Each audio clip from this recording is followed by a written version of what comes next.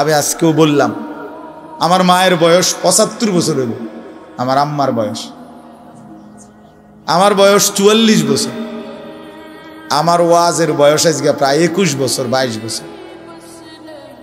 আমার ৪টা সন্তান আছে, তা আমার মা এখনো আমারে জিঙ্গায় ফুত নোয়াজ উঠছুনি কসম আল্লাহ, এখনো জিজ্ঞাসা করে ফুত নামাজ উঠছুন, এখনো মা জিগায় ফুত চাইও মানুষেরে মাহফিলে যাইয়া টাকা পয়সা লইয়া কারোর লগে ঝামেলা করুন, এই বয়সেও বলেন। হ্যাঁ, মা তার সন্তানকে এখনো নজর রাখছে। মা বৃদ্ধ হয়ে গেছে, আমারও বয়স কম হয় নাই, আমিও তো সন্তানের বাপ। যে তোমারে কেউ ডাকে না কা, তোমার প্রতিদিন ফজরের নামাজ ছুটে যাচ্ছে, তোমার মাও ডাকে না, বাপাও ডাকে না, কারণ তোমার উপরে খোদার লানত পড়ছে। তোমার 1 মিনিট তোমার কল্পনার মধ্যে নারী ছাড়া, ছবি ছাড়া, মোবাইল ছাড়া তোমার সময় কাটে না। কেউ তোমার এই ফিরায় না যে বাপ কিরে তুই এটা কি করতেছ, এটা তো ভালো না, এটা তো তোমার জন্য সুফল আনবে না। এই কথাটুকু তোমার ঘরে বলে না, যাদেরকে কেন বলে না কেউ, তোমার উপরে খোদার লানত, তোমার উপরে আল্লাহর লানত, তুমি অভিশপ্ত।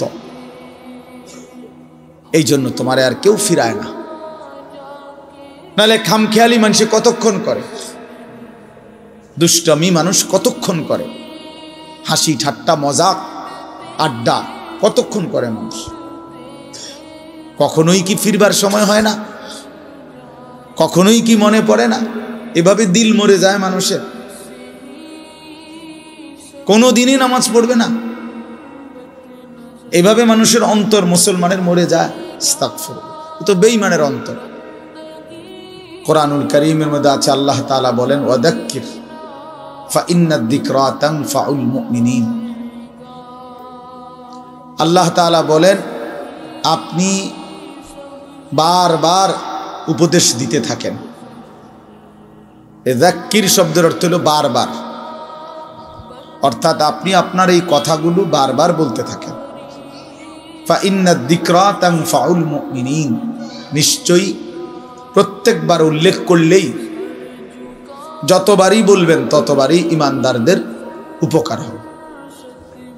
এই 1 বার 2 বার 10 বার 50 বার শুনতে শুনতে বলতে বলতে একসময় বিবেক জাগবে, অনুভূতি আসবে, ফিকির আসবে যে আহারে আমারে বারবার বলতেছে, আমার প্রতি বারবার নারাজ হইতেছে, আমার তো আসলে বদলানো দরকার। তো একটা সময় তখন পরিবর্তন নসিব হয়। এই জন্য এটা খুব জরুরি, এই বারংবার প্রেসার দেওয়া, বারবার বলতে থাকা, বারবার বলতে থাকা। আম্বিয়ায়ে কেরাম নবীগণ মানুষদেরকে বারবার আল্লাহর দিকে ডাকতেন। 950 বছর একটানা হযরত নূহ আলাইহিস সালাম একই এলাকার মানুষকে একই অঞ্চলেই আল্লাহর দ্বীনের দাওয়াত দিয়েছে, এক জায়গাতে। আজকে চিটাগাং, কালকে সিলেট, পরশু খুলনা, এমন না, একই অঞ্চলের মানুষকে, মনে করেন একটা নির্ধারিত সীমারেখার ভেতরেই এই মানুষগুলোকেই তিনি 950 বছর বলে গেছে। হতাশ হন নাই, বলেই গেছে। আমাদের নবী সাল্লাল্লাহু আলাইহি ওয়াসাল্লাম যখন তায়েফের ময়দানে প্রথমবার কালেমার দাওয়াত দিছেন, তখন সবাই প্রত্যাখ্যান করছে, কেউ গ্রহণ করে নাই নবীজির কালেমা, কেউই ঈমান আনে নাই, বরং সবাই নিজেদের বাচ্চা ছেলেপেলেদেরকে লেলায়ে দিছে, পাথর মেরে আল্লাহর নবী সাল্লাল্লাহু আলাইহি সাল্লামকে তাড়ায় দিছে। কিন্তু কিছুদিনের ব্যবধানে ঠিক এই তায়েফ থেকেও অসংখ্য অগণিত লোক কালেমা পড়ে মুসলমান হয়েছে। এবং খন্দকের যুদ্ধের সময় এই তায়েফের একজন সাহাবীর বুদ্ধিমত্তায় খন্দকের বিজয়ের অনেক বড় সহযোগিতা সাপোর্ট হয়েছে। তাইলে নবী সাল্লাল্লাহু আলাইহি সাল্লাম সেদিন জিবরাইল ফেরেশতা এসে বলছিল, ইয়া রাসূলুল্লাহ, আপনি বললে পাহাড়ের ফেরেশতাকে বলে তায়েববাসীকে দুই পাহাড়ের মাঝখানে ফেলে ধ্বংস করে দেয়, কেন তারা আপনার গা থেকে পবিত্র শরীর মুবারক থেকে রক্ত ঝরাইল? তো নবী সাল্লাল্লাহু আলাইহি সাল্লাম বলছেন, ইন্নী লাম উবআস লাআনান ওয়ালা গাদিবান ইন্নামা বুইসতু রাহমাতান। বলছেন জিবরাইল, আমি অভিশাপ দিতে আসি নাই, আমি শুধুই কেবল রাগ করতে আসি নাই, ধ্বংস করতে আসি নাই, আমি এসেছি রহমত হয়ে।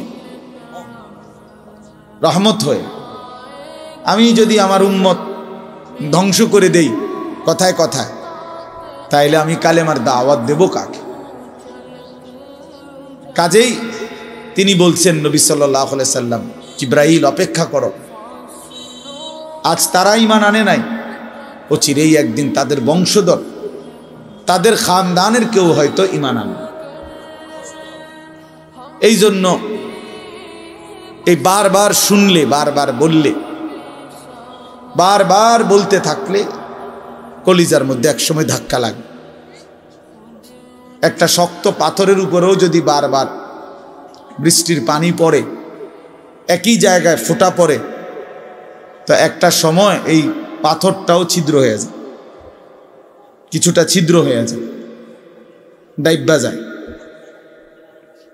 এই জন্য বললাম আল্লাহর কথা মনোযোগ দিয়ে শুনলে ভালো, যেই শুনে তারই বরকত হয়।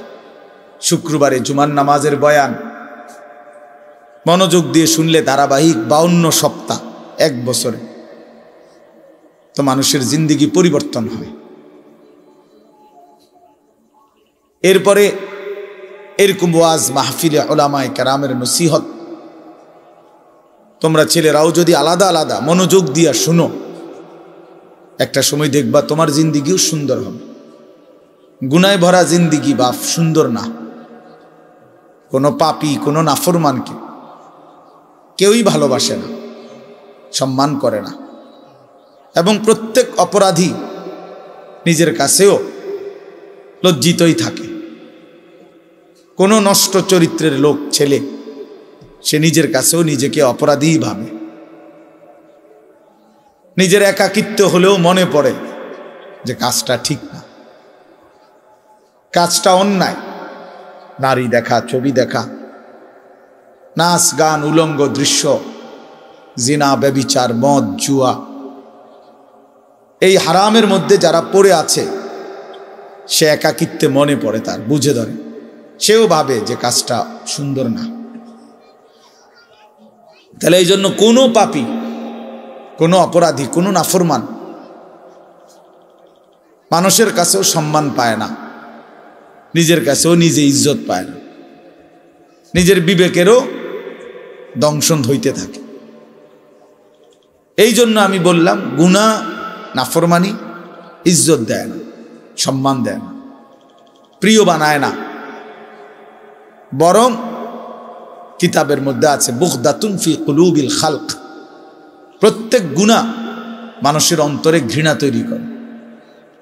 প্রত্যেকটি গুনাহের কারণে বান্দা আল্লাহ তাআলার রহমতের নজর থেকে দূরে সরে যায়, এবং একটা সময় বান্দা আল্লাহ তাআলার লানত, অভিশাপের যোগ্য হয়। ফলে তখন আল্লাহ যখন কারো উপরে লানত বর্ষণ করে, তো গোটা সৃষ্টি তাকে ঘৃণা করে। এই জন্য তোমরা ছেলেরা মনে রাখো, আমি আজকে ওই আসরের আগে এক জায়গায় বলছি এই কথাটা, তোমরা অনেক ছেলে আছো, একটা মিনিট ভাইবো এই কথাটা, যে তুমি মনে করো দিন রাত মোবাইলে নারী, ছবি, অশ্লীল দৃশ্য দেখো, কখনোই এক ওয়াক্ত নামাজ পড়ো না, কোনো দিন ফজরের নামাজ পড়ো না, নাচ গান, নাটক, সিনেমা, ছবি, এই নিয়েই তোমার রাত কাটে, দিন কাটে, সময় কাটে, অথচ কেউ তোমারে ডাকে না। তোমার মা, তোমার বাবা, তোমার গ্রামের কেউ, কারো তোমারে নিয়ে কোনো মাথা ব্যথা নাই।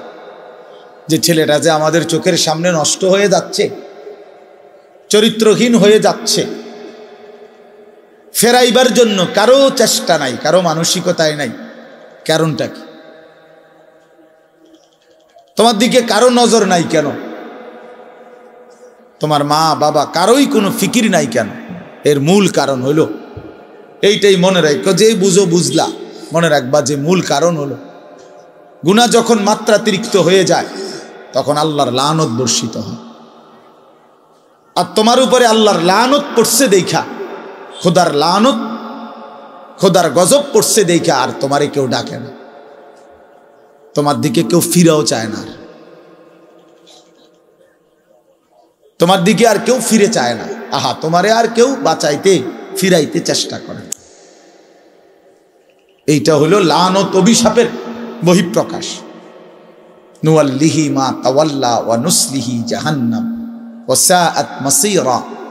আল্লাহ বলছে, আমার রাসূলের বিরুদ্ধাচরণ যে করে, আমার ইমানদার মুমিন বান্দা যে পথে চলে, তার উল্টো পথে যে চলে, তো আমিও তাকে সেই উল্টো পথেই চালাইতে থাকি এবং এই উল্টো পথেই একদিন তাকে আমি জাহান্নামে ফেলে দেব। কোরআন শরীফে। মানে আর কোনোদিন ভাও করবে না ওই এই নারী, ছবি, মদ, জুয়া, চুরি, ডাকাতি, জিনা, ব্যভিচার, সুদ, ঘুষ, সিটারি, বাটপারি, এই শেষ, এই জিন্দিগি। এভাবেই একদিন মৃত্যু হয়ে যাবে আর ফেরেশতা একটা লাথি দিয়া জাহান্নামে ফেলে দেবে। যা, ফেরেশতা বলবে যা না ফরমান, এই জিন্দিগি আর ফিরবে না, ফিরার তৌফিক হবে না। এটা অভিশপ্ত জীবন, মালউন, অভিশপ্ত হইবে যারে কেউ ফিরায় না। আমি আজকেও বললাম, আমার মায়ের বয়স 75 বছর হইল, আমার আম্মার বয়স, আমার বয়স 44 বছর, আমার ওয়াজের বয়স আজকে প্রায় 21 বছর, 22 বছর। আমার 4টা সন্তান আছে। তা আমার মা এখনো আমারে জিঙ্গে ফুত নোয়াজ উঠছুনি কসম আল্লাহ, এখনো জিজ্ঞাসা করে, মা ফুত নামাজ উঠছুন? এখনো মা জিগায় ফুত চাইও মানুষেরে, মাহফিলে যাইয়া টাকা পয়সা লইয়া কারোর লগে ঝামেলা করুন, এই বয়সেও বলেন। হ্যাঁ, মা তার সন্তানকে এখনো নজর রাখছে। মা বৃদ্ধ হয়ে গেছে, আমারও বয়স কম হয় নাই, আমিও তো সন্তানের বাপ। যে তোমারে কেউ ডাকে না কা? তোমার প্রতিদিন ফজরের নামাজ ছুটে যাচ্ছে, তোমার মাও ডাকে না, বাপাও ডাকে না, কারণ তোমার উপরে খোদার লানত পড়ছে। তোমার 1 মিনিট তোমার কল্পনার মধ্যে নারী ছাড়া, ছবি ছাড়া, মোবাইল ছাড়া তোমার সময় কাটে না। কেউ তোমার ফিরায় না যে বাপ কিরে তুই এটা কি করতেছ, এটা তো ভালো না, এটা তো তোমার জন্য সুফল আনবে না।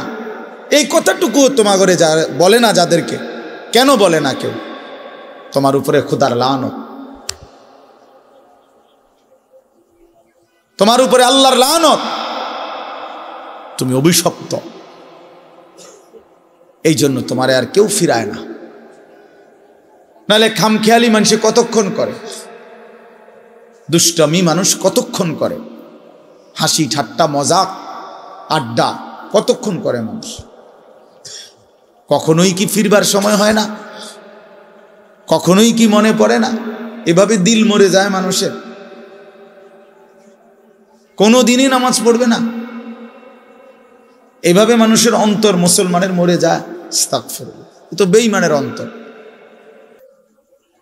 আল্লাহর নবী সাল্লাল্লাহু আলাইহি সাল্লাম এই জন্য বলছেন, মাসালুল্লাযী ইয়াযকুরু রাব্বাহু ওয়াল্লাযী লা ইয়াযকুরু রাব্বাহু মাসালুল হাইয়্যি ওয়াল মাইয়্যিত। নবীজি বলেন, যে আল্লাহ পাকের স্মরণ করে, জিকির করে, বন্দিগি করে, আর যে করে না, তো আল্লাহর নবী সাল্লাল্লাহু আলাইহি ওয়াসাল্লাম বলেন উভয়ের উদাহরণ হলো মাসালুল হাইয়্যি ওয়াল মাইয়্যিত, জীবিত এবং মৃত ব্যক্তির মতো। একজন জীবিত আরেকজন মৃত।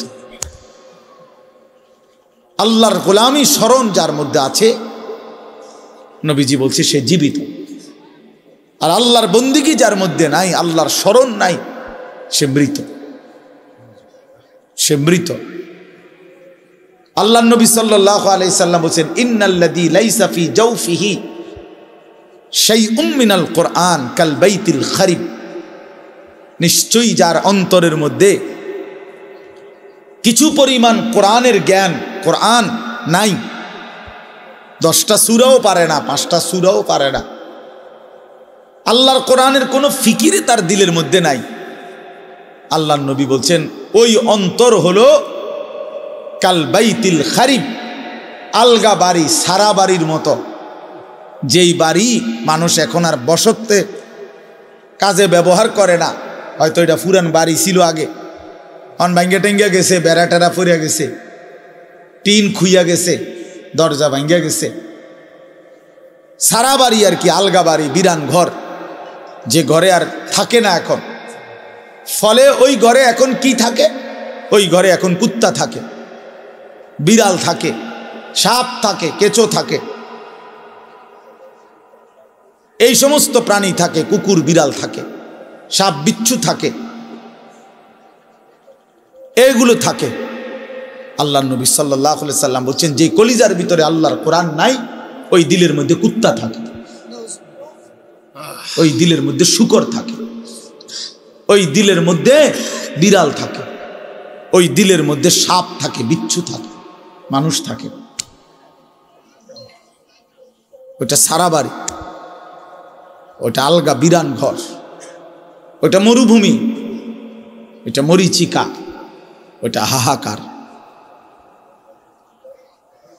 ফলে আর তার কোনো গন্তব্য নাই, জীবনের কোনো আগা মাথা নাই, জিন্দেগির কোনো হিসাব কিতাব নাই।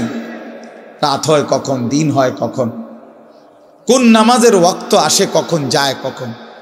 জানোয়ারের আবার এত কিছুর দরকার কি? কুত্তা এগুলা দিয়ে করবে কি? শুকরে এগুলা দিয়ে করবে কি? তাহলে মানুষ রূপী যেই জানোয়ার আল্লাহকেই ভুলে গেছে, হ্যাঁ, এই জানোয়ারের রাত কি আর দিন কি? এই জানোয়ারের শুক্রবার কি আর শনিবার কি? এই হাইওয়ানের আবার জীবন কি? সারাক্ষণ একই রকম, সব দিন বরাবর, সব মাস বরাবর। আমরা হিসাব করি আলহামদুলিল্লাহ।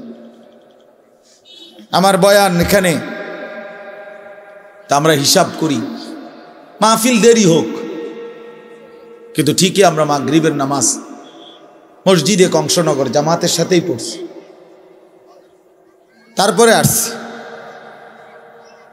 অর্থাৎ হিসাব মিলাতে হবে জিন্দিগি, আমার জিন্দিগির আমার টার্গেট থাকতে হবে যে হাজার ব্যস্ত আমি, লক্ষ কোটি ব্যস্ততা হোক, কিন্তু আমি নামাজ ছুটবে কেমনে? আমি এটা কোনো যুক্তি হইতে পারে না। মুসলমানের নামাজ ছুটে কেমনে? নামাজবিহীন মুসলমান থাকে কেমনে? তার পরিচয় মুসলমান কিভাবে হয় ভাইয়া? ফারকুমা বাইনানা ওয়া বাইনাল কুফরে আসসালাহ। নবীজি বলছে আমাদের মাঝে আর বেঈমান কাফেরের মাঝে পার্থক্য নামাজ। আল্লাহর নবী সাল্লাল্লাহু আলাইহি ওয়াসাল্লাম বলেন মান তারাকা সালাতাম মুতাআম্মিদান ফাকাদ কাফারা, যে ইচ্ছে করে নামাজ ছেড়ে দিল সে যেন বেঈমান হয়ে গেল। ফাকাদ কাফারা, সে কুফরি করল। স্পষ্ট হাদিস। আল্লাহর নবী সাল্লাল্লাহু আলাইহি ওয়াসাল্লাম বলেন আস-সালাতু ইমাদুদ্দিন, নামাজ হচ্ছে দ্বীনের খুঁটি। মান আকামাহা ফাকাদ আকামাদ-দ্বীন, যে নামাজ জারি রাখলো সে যেন তার পুরা দ্বীন চালু রাখলো।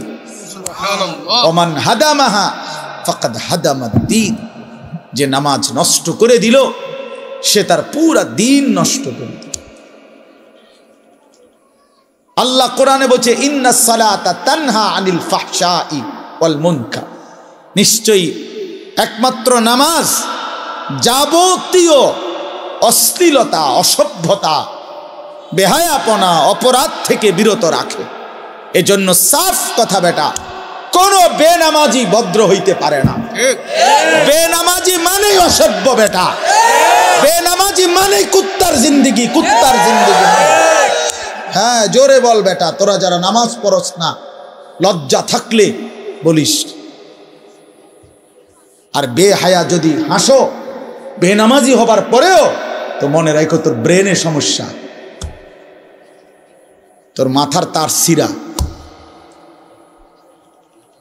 তুই পাগল মাতাল, মানুষও না জানোয়ারও না, তোর কোনো অনুভূতি নাই বেটা, বিবেকে নাই বেটা, তুই জানোস না তোরে বানাইছে কে বেটা, তুই পাগল না ছাগল এটাও জানিস না বেটা। কিসের মা কিসের বাপ? বেনামাজির কি মা কিতা বাপ কিতা? বেনামাজির কিসের আল্লাহ কিসের রাসূল?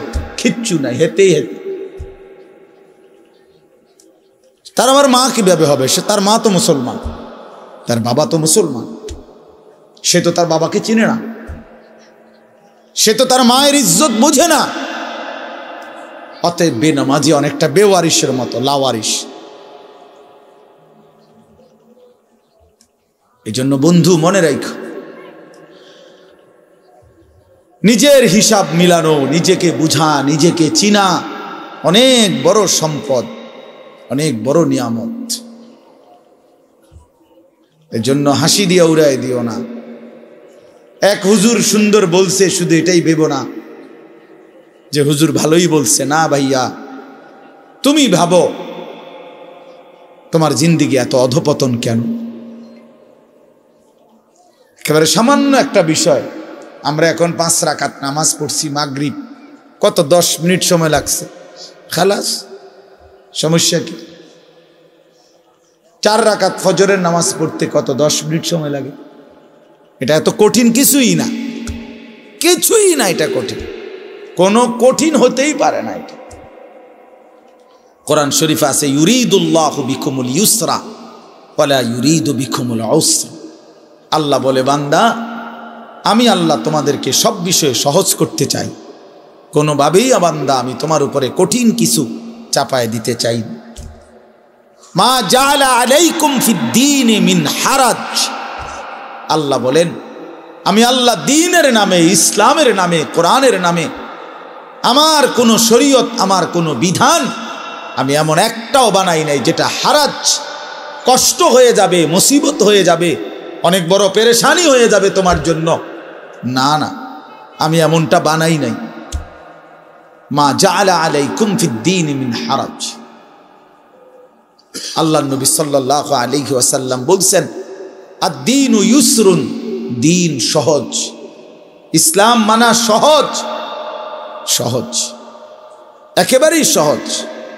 স্বাভাবিক তালেই আমার শায়েখ আল্লামা মুফতি মুশতাকুন নবী কাসেমি হুজুর সেদিন আমাদের মাদ্রাসায় কিশোর যুব ইসলাহি মজলিসে, আমরা আলাদা 16 বছর থেকে 30 বছর বয়সী পর্যন্ত ছেলেদের আলাদা ইসলাহি মজলিস করছিলাম আমার মাদ্রাসায়। 8ই ফেব্রুয়ারি প্রায় 600-র মতো ছেলে উপস্থিত হয়েছিল, শুধু ছেলে, সব নওজোয়ান। হুজুর সেখানে বলছিলেন এই ব্যাপারে বিস্তারিত, যে আমাদের জীবনের 2টা অংশ, একটা হলো দুনিয়া, আরেকটা হলো আখেরাত। দুনিয়ার জন্য আমাকে করতে হবে কর্ম, আখেরাতের জন্য আমাকে পালন করতে হবে ধর্ম। এই আমার জিন্দেগি। দুনিয়ার জন্য আমি কর্ম করব, আখেরাতের জন্য আমি ধর্ম পালন করব। কর্ম এবং ধর্ম, এই আমার জিন্দেগি। কিন্তু হুজুর বলছেন, দুনিয়া স্বল্প সময়ের, আখেরাত অনন্তকালের। কিন্তু আল্লাহ পাক দয়া করে অনন্তকালের আখেরাতের জন্য ধর্মের বিধান দিছেন সামান্য, সামান্য সময়ের দুনিয়ার জন্য কর্মের সুযোগ দিছেন অনেক বেশি, অনেক বেশি। ফজরের 4 রাকাত নামাজ 10 মিনিট, আবার 1:30-এর জোহরের নামাজ আবার 20 মিনিট, তাইলে ওইখান দিয়ে 20 মিনিট, এখান দিয়ে 30 মিনিট, 10 মিনিট, এই আধা ঘন্টা। ফজরের জামাত হয় যদি 6টায়, জোহরের জামাত 1:30টায়, মাঝখান দিয়ে 7টা, 8টা, 9টা, 10টা, 11টা, 12টা, 1টা, 7.5 ঘন্টার মাথায় তাহলে 7.5 ঘন্টা বা 7 ঘন্টাই ধরো, ঠিক আছে, 7 ঘন্টা আল্লাহ বলছে বান্দা সামান্য দুনিয়া, কিন্তু যাও সময় বেশি দিছি, যাও তবুও করো, সমস্যা নাই, 7 ঘন্টা করো। আর অনেক লম্বা আখিরাত, একদিন হাসরের ময়দানের 50,000 বছর, ফুলসেরাত 30,000 বছরের রাস্তা, কবরের শেষ ব্যক্তিটাও থাকতে হবে। কোন কোন মুহাদ্দিসিন বলছে 40,000 বছর। এই লম্বা সফর অনন্তকালের আখিরাতের জন্য এই 7 ঘন্টার ব্যবধানে, 8 ঘন্টার ব্যবধানে সময় নিলাম মাত্র 30 মিনিট, 7.5 ঘন্টা তোমার এই দুনিয়ার জন্য দিয়ে দিলাম। তবুও যদি বলো বান্দা আমি জুলুম করছি, তার ইনসাফ কিভাবে? তবুও যদি বলো বান্দা আমি পারবো না, তো তোমার মতো গাদ্দার, তোমার মতন নাফরমান আর কে হইতে? তোমার সামান্য দুনিয়া, অথচ সময় দিছি বেশি। 1:30 জোহরের নামাজ শেষ, 1:50 ভিতরেই নামাজ শেষ। আবার 4:30 পৌনে 5টায় আইসো 4 রাকাত আসরের ফরজ পড়বার জন্য। মাঝখান দিয়ে আবারও আমি আল্লাহ তাআলা লম্বা 3 ঘন্টার মতো সময় আবারও দিলাম, যাও আবার মেহনত করো, আবার পরিশ্রম করো, আবার কামাই করো, আবার কামাই করো। 8টা বাজে এশার নামাজ পড়ছো, 6টা বাজে ফজরের নামাজ। এশার নামাজ আর ফজরের নামাজের মাঝখানে 9টা, 10টা, 11টা, 12টা, 1টা, 2টা, 3টা, 4টা, 5টা, 6টা, প্রায় 10 ঘন্টা আমি আল্লাহ বিরতি দিয়ে রাখলাম। যাও ঘুমাও, তোমার আরো যদি কোনো কাজ থাকে করো, সংসার করো, স্ত্রীর সাথে সময় দাও, নিজের ঘর সামলাও, নিজের আরো কোনো কাজ থাকলে করো বান্দা। আবার 10 ঘন্টার ব্যবধানে 4 রাকাত নামাজ পড়তে আইসো। আমি আল্লাহ জুলুম করলাম, আমি আল্লাহ তাআলা বেইনসাফি করলাম কোথায় বান্দা? কিন্তু তুমি জালেম, কত বড় নিকৃষ্ট, কত বড় অসভ্য, নির্লজ্জ, বেহায়া, যে তুমি 8 ঘন্টা পরেও, 8 ঘন্টা যেই মালিক হায়াত দিছেন তার জন্য 4 রাকাত নামাজ পড়তেও তুমি রাজি না, 10টা মিনিট দিতেও রাজি না। এর চাইতে বড় জালেম আর কে হইতে পারে? এর চাইতে বড় নাফরমান আর কে হইতে পারে? এই জন্য বাপ, আমি সমস্ত ছেলে তোমাদেরকে অনুরোধ করলাম, দয়া করে বাবা ভাইবো, তোমরা তোমাদের জিন্দেগি নিয়ে ভাবো। কেউ তোমারে নিয়ে না ভাবলেও, কেউ খেয়াল না করলেও তুমি মনে রেখো, তুমি তো তোমারে আলাদা করতে পারতা না। তোমার শরীর, তোমার দেহ, তোমার অঙ্গ, তোমার হাত পাও, তোমার ভেতর বাহির, এগুলো তো আর তুমি আলাদা করতে পারবা না। কাজে এই দেহ, এই অঙ্গ একদিন হাসরের ময়দানে আল্লাহর সামনে সাক্ষ্য দিবে, সাক্ষ্য দিবে। এই জন্য যদি গুনাই করতে হয় নিজের চোখকে আড়াল করে গুনাহ করো, যদি গুনাই করতে হয় নিজের হাতকে আড়াল করে গুনাহ করো, যদি গুনাই করতে হয় নিজের দেহকে আড়াল করে গুনাহ করো। কিভাবে সম্ভব? সম্ভব? আমার চোখে আমি না দেখলে, আমার হাত আমি স্পর্শ না করলে গুনাহ হবে কেমন? এজন্য কোরআনুল কারীম আল্লাহ বলছেন, ওয়াশাহিদা আলাইহিম সামউহুম ওয়া আবসারুহুম ওয়া জুলুদুহুম বিমা কানু ইয়ামালুন। বান্দা, তোমাদের কান, তোমাদের চোখ, তোমাদের সমস্ত দেহ, অঙ্গ প্রত্যঙ্গের চামড়া আমি আল্লাহর কাছে সেদিন হাসরের ময়দানে তোমাদের যাবতীয় কর্মকাণ্ড সম্পর্কে সাক্ষ্য দিব। আমাকে শোনাবে, আমাকে বলবে বান্দা তুমি আড়াল করতে পারবা না। নিজের হাতকে আড়াল করবেন কেমনে? নিজের চোখকে আড়াল করবেন কেমনে? নিজেকে আড়াল করার সুযোগ তো নাই ভাই। প্রিয় সন্তান, প্রিয় ছেলেরা, কেন নষ্ট হচ্ছ? কেন চরিত্রহীন হইলা বাবা? বলো বাপ। ওই দেখেন, ও এখানে হাসা হাসি,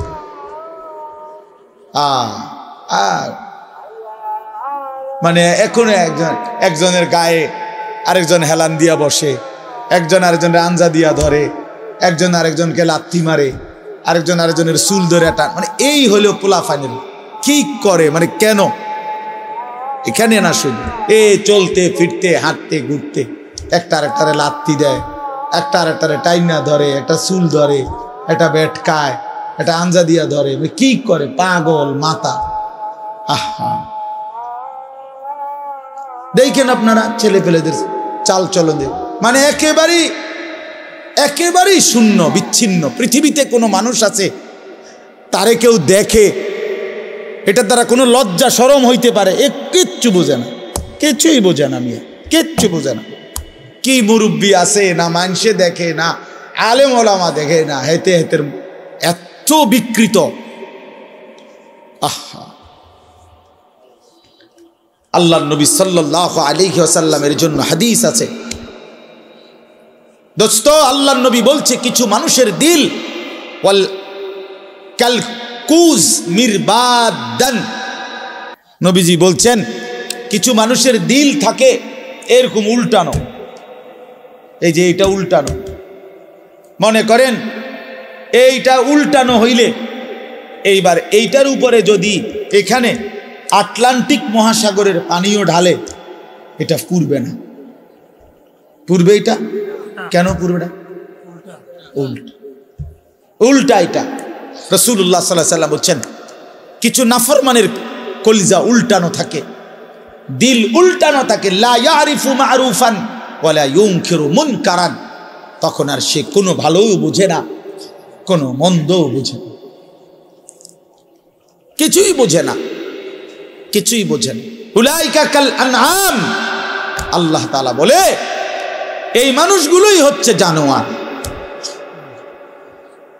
এরাই জানোয়ার, যাদের কাছে আলো অন্ধকারের কোনো পার্থক্য নাই, যাদের কাছে রাত দিনের কোনো পার্থক্য নাই, যাদের কাছে হালাল হারামের কোনো পার্থক্য নাই, যাদের কাছে পাক নাফাকের কোনো পার্থক্য নাই, যাদের কাছে জায়েজ না জায়েজের কোনো পার্থক্য নাই, হালাল টাকাও খায় সুদের টাকাও খায়, আপন মাকেও দেখে রাস্তার নারীকেও দেখে, আপন বোনকেও দেখে পরের বোনকেও দেখে, যার কাছে কোনো হালাল হারাম বলতে কিছুই নাই, শরীর নাফাক পেশাব পায়খানা করে পবিত্রতা অর্জনের কোনো দ্বার ধারে না।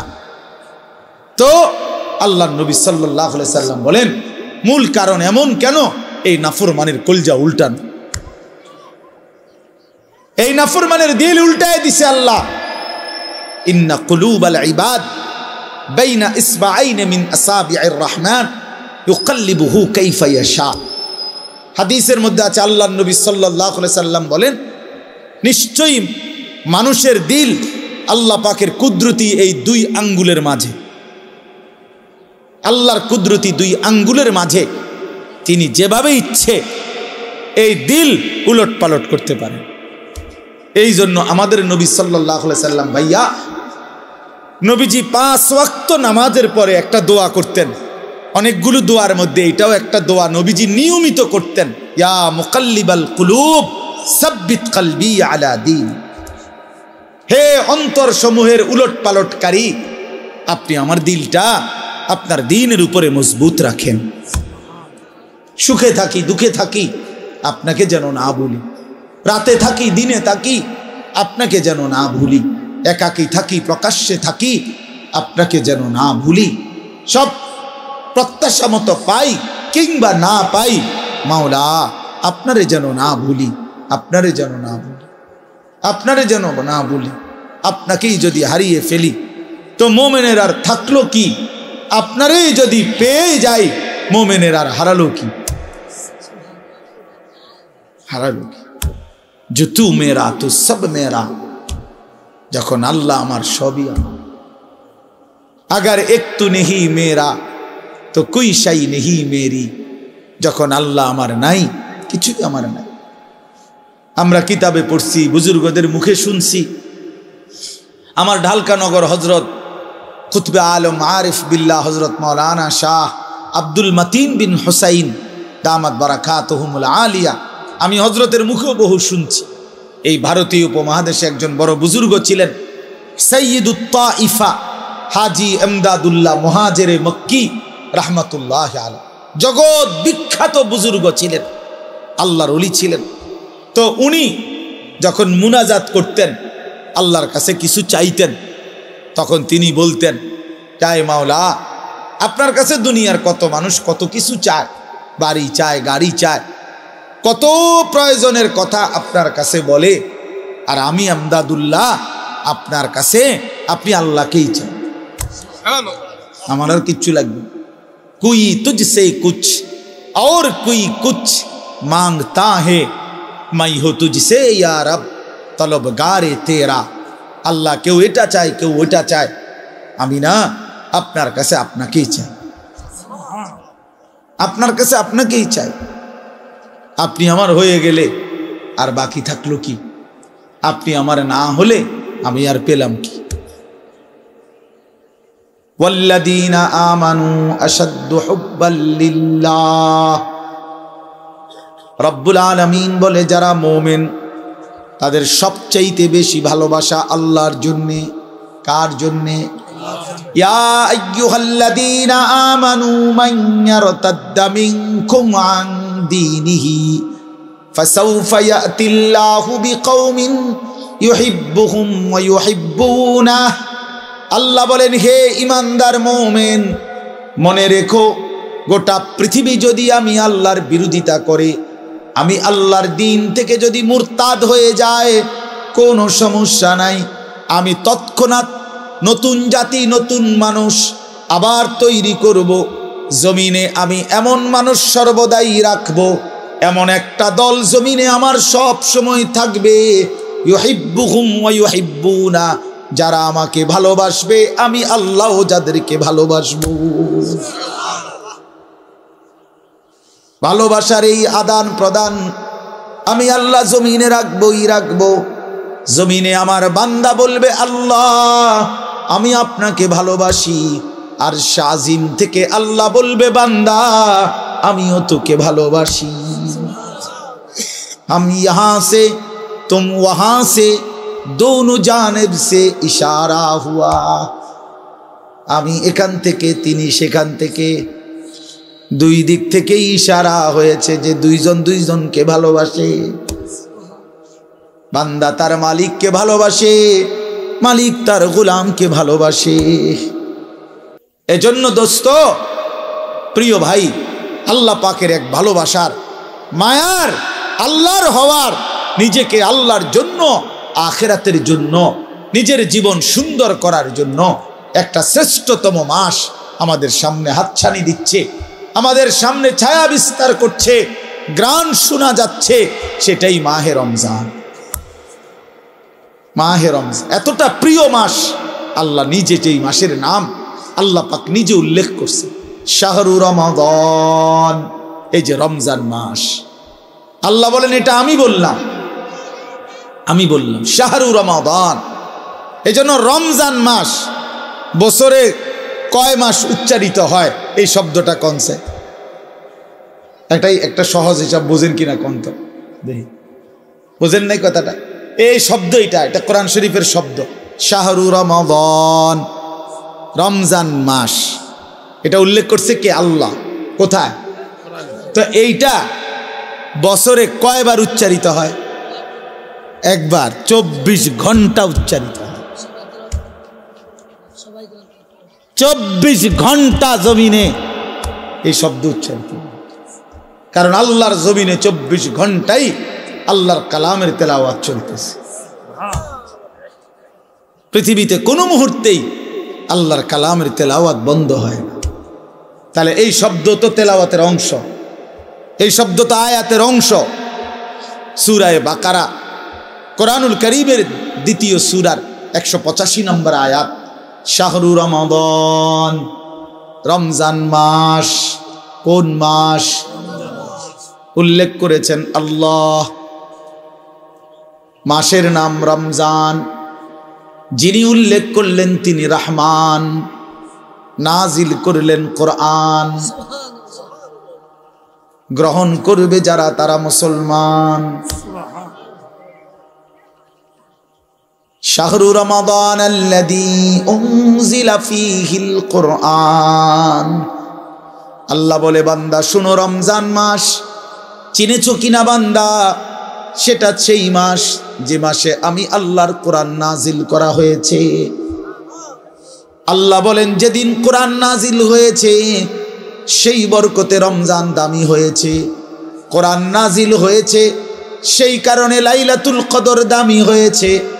প্রত্যেক বছর সবে কদর কোরআন নাজিল হয় না, কিন্তু ওই এক রাতে কোরআন নাজিল হয়েছিল সবে কদর। ফলে অনন্তকালের জন্য ওই রাত যতবারই ফিরে আসে ততবারই দামি হয়। ওই এক বছরই শুধু রমজানে কোরআন নাজিল হয়েছিল।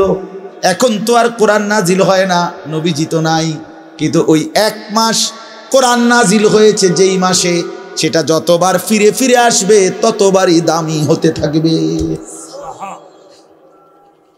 শাহরু রমাদান, ওই দেখেন ওই অপদার্থ, এই হাইওয়ান দেখছেন, এই যে এতক্ষণ খুঁজা পাইছেন না তো, এখন দেখেন এই হাইওয়ান কাহাকে বলে। এই দেখেন এত নির্লজ্জ কিছু ছেলে আছে, এত অসভ্য, এত শক্ত অসভ্য এগুলো। মানে তার কথা হলো, হুজুর তোমার বাপেও যদি বলে আমি মোবাইল ছাড়তাম না, তোর আব্বা যদি কয় হুজুর তোর বাপ কবরের থেকে আইয়া কইলো আমি শুনি, আমি আমার বাপের কথাই শুনি না, তোর কথা শুনবো কিতাম বেড়া হুজুর, তুই কেডা বেড়া?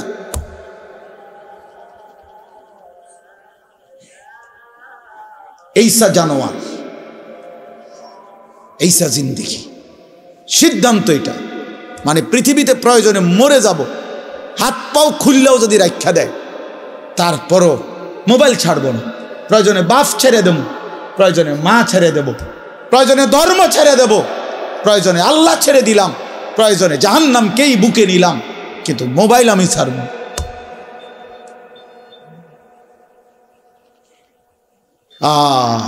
কলিজা যার পাথর, জিন্দিগি যার পাথর হয়ে গেছে,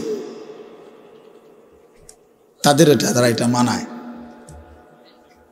আপনি নাহলে চিন্তা করেন না তার সাহসটা কত। এতগুলো মানুষ আমরা মনোযোগ দিয়ে শুনতেছি, সে এই অবস্থাতে কাইত হইয়া মোবাইলই টিপতেছে। হায় হায় অপদার্থ রে, আমি ছেড়ে দেওয়ার মানুষ না, আমি ছেড়ে দই না মানুষ, এটা আমার সিদ্ধান্ত জিন্দিগি। যেদিন কইতে পারি, যেদিন কইতে পারি, মাগার বলে যাব শক্তভাবে, হিসাব আমার। যদি কোনোদিন আর বলতে না পারি, না পারলাম খালাস। আমি জনপ্রিয়তা দিয়া কি করবো? আমি কি ভোটে খারাইছি না তো? আমি কি আমার ভোটা, আমি ভোটা টোয়াইনি, আমি জনপ্রিয়তা দিয়া করব কি? বোঝেন নাই আমার কথা? আমি তো ইলেকশনে খারাইছি না, আমার এই মানসিকতাও নাই, তো আর আমার সমস্যা কি? আমার শুধু বলে যাওয়া, আল্লাহর কথা ফেরি করা, বলতে থাকা, যেখানে সুযোগ হয়, যেটুকু সুযোগ হয় আল্লাহর কথা বলা। কবি আরশ पर कभी फरश पर, कभी उनके दर कभी दर बदर, गमे आशिकी तेरा शुक्रिया, मैं कहाँ कहाँ से गुजर गया, कभी रास्तों में तन्हा, कभी हो गुरूद सहरा, मैं जुनू का हम सफर हो, मेरा कोई घर नहीं। আল্লাহর পথে যে ডাকে তার কোনো ঘর হয় না। এই উঠা নামা দূর, ওই হল্লোর। আমি সকাল 7টা বাজে আসছি সিলেট থেকে, 12টার দিকে উঠতেই আমার বিবিরে বললাম 1 কাপ চা।